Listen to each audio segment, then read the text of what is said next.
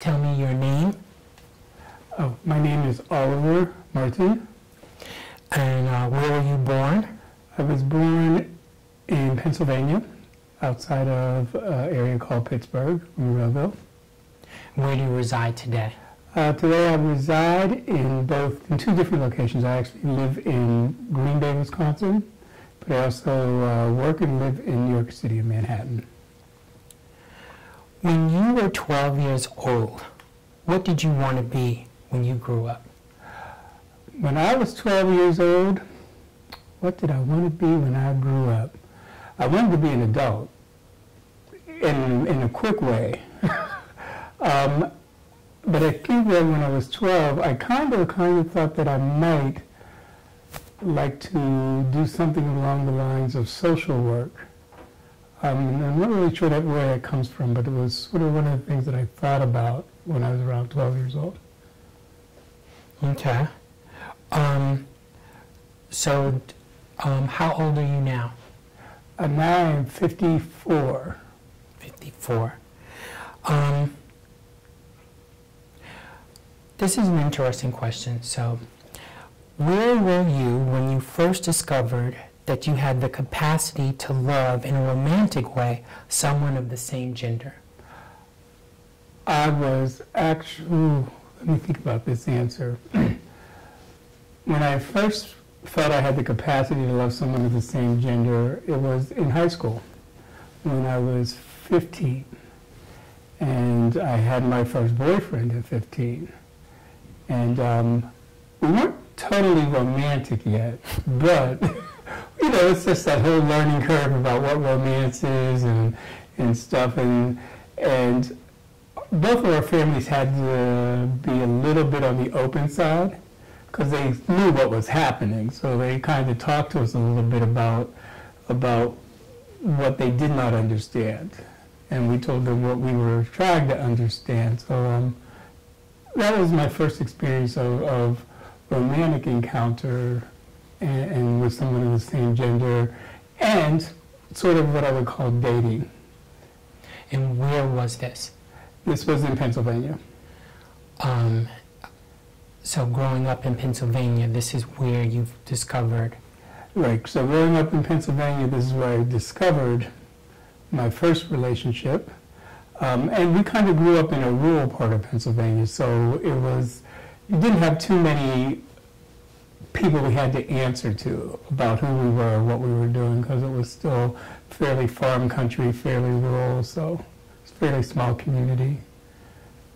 And once everybody knew anything, everybody knew everything. So it wasn't, you couldn't be, it wasn't like you had to answer to a lot of folks, but everybody knew basically everything about everybody to a certain extent on the surface. So it made life interesting. Think about yourself at present, right now. Okay. What gives your life meaning and what makes life worth living for you? What gives my life meaning in the present is the capacity and ability that I have to work on behalf of others with others.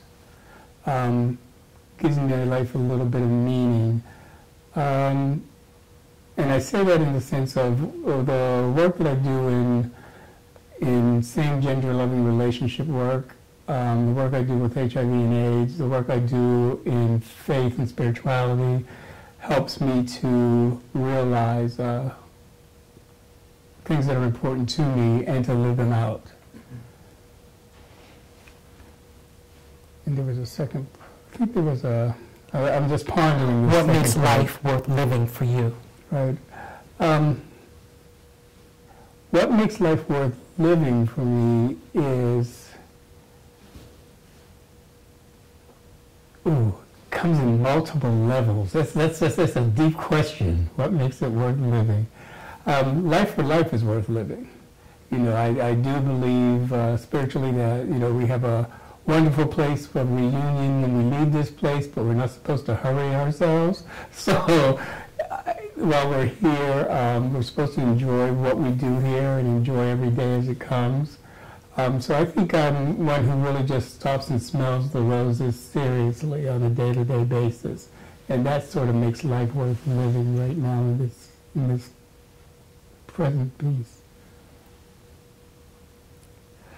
What if you met Jesus in person? What would you say or ask him? If I met Jesus in person, I have so many questions. First question would probably be, can we spend about a week together? Because I have a lot of questions for you. But I think my biggest question would be, given the two things that you've told us we are to do, which is to love God with all our heart, soul, and mind, and love our neighbors as ourselves, I've come to the realization or understanding that if I can't do those two things, the rest of it doesn't amount to a hill of beans. So I would want to know that I was on the right track with those two thoughts, and then how do I live those two thoughts out more fruitfully? Because as much as I try to love everybody, I have some problems with folks on occasion, and I see myself trying to work through that, and that's been a lifelong journey. Folks, especially folks that I don't agree with. You know, how do I love them even though I truly don't agree with them? So those would be the two questions that I would want to know first. But then there's so many other questions that I would have that I would want him to answer. So, are there persons who at earlier times in your life or in the present that have been significant in shaping your outlook on life? As my outlook on life has been shaped, there have been various folks who've helped do that, from some notable folks to some folks that you wouldn't know who they are. The first person who cut my hair on a regular basis, she was a transgender person, so she cut my hair from the age of 12 to maybe when I was 17, 18, but she showed me a lot. And she was a family friend, so there was a lot of learning and engagement that went on with her. And she really shaped my attitude of not really worrying about what anyone might think of me. So that was a great foundation. But then transgendered how? A woman? Oh, she was a transgendered being a woman. Man to woman. Okay. And her name was Stanley, and at the time she still liked to retain the name Stanley, although other people gave her female name. She just liked her name, her given name, so she just showed me a lot. But as a spiritual person, there have been a few folks in my life that have really shaped my understanding of my own Jesus and justice walk. One of them being they're both pastors, but one of them being a pastor of same-gender loving folks, which is Bishop Vet Flunder, and then the other being minister at Riverside Church, who's now our senior minister, and that's Reverend Dr. James A. Forbes, Jr. And they've helped shape a lot of how I utilize justice and Jesus together a lot in all the work that I do. Reverend Dr. Forbes is the senior pastor emeritus? Yes. What are the taboos in your early life? How have you lived with or out of these taboos? In my early life, I guess I've encountered many different types of taboos. The first one that I really clearly remember was my parents would always say, whatever goes on in this house is what goes on in this house. We don't take it outside. We don't discuss it with folks we don't know, because that was the taboo. You know, you could be a homosexual, you could be whatever you want to be in these four walls. You know, but when you take it outside, be careful how you project that. So that was a learning lesson. Growing up the way I grew up, putting marks on your body in any way, shape, or form, from earrings to tattoos, was a taboo, and still is a taboo in many ways in the culture that I grew up in. So you will notice I still don't have no tattoos anywhere on my body, but now it's just for fear, because I'm too old to be putting anything painful on myself. I think if I had another taboo, it would probably just be the taboo of not being too involved in some forms of Christianity. Like, what do you mean?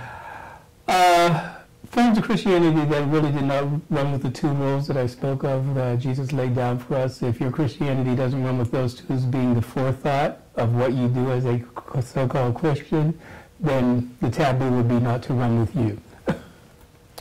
What relationships or groups are most important as support for your values and beliefs now?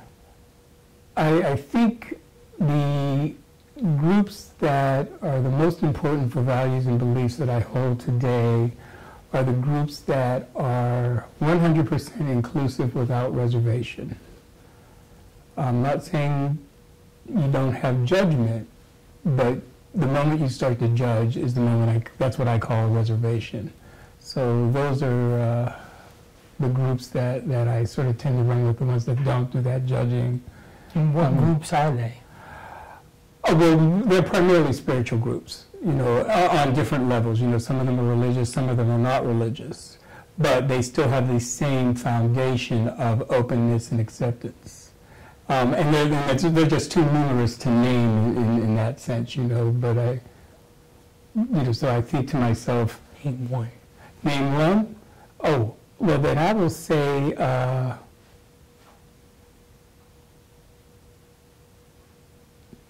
the Fellowship is a group that I think is open and affirming for all folks. And where is the Fellowship? Fellowship is located, it's part of the Fellowship of Churches that are open and affirming, and there are probably at least 150 of those that I know of. And the final question is, how has faith impacted your journey thus far? Faith is the beginning and the end. I'm a believer that no one walks without faith, no matter how you describe what that means, because it means different things to different people.